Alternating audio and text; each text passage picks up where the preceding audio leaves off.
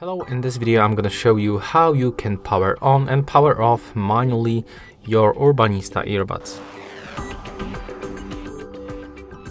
So to do this, you have to remove them from this charging case, like in my case, then grab them together and then click and hold for 2 seconds on these sensors. You will hear the notification that they are turned off.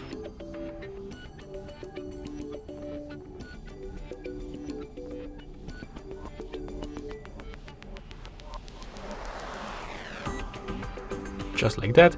And to power on, just repeat click and hold. Wait until indicators lights up. Just like that. Right now we can release, and after a few seconds you will be connected back. And that's all for this video. Hope you like it.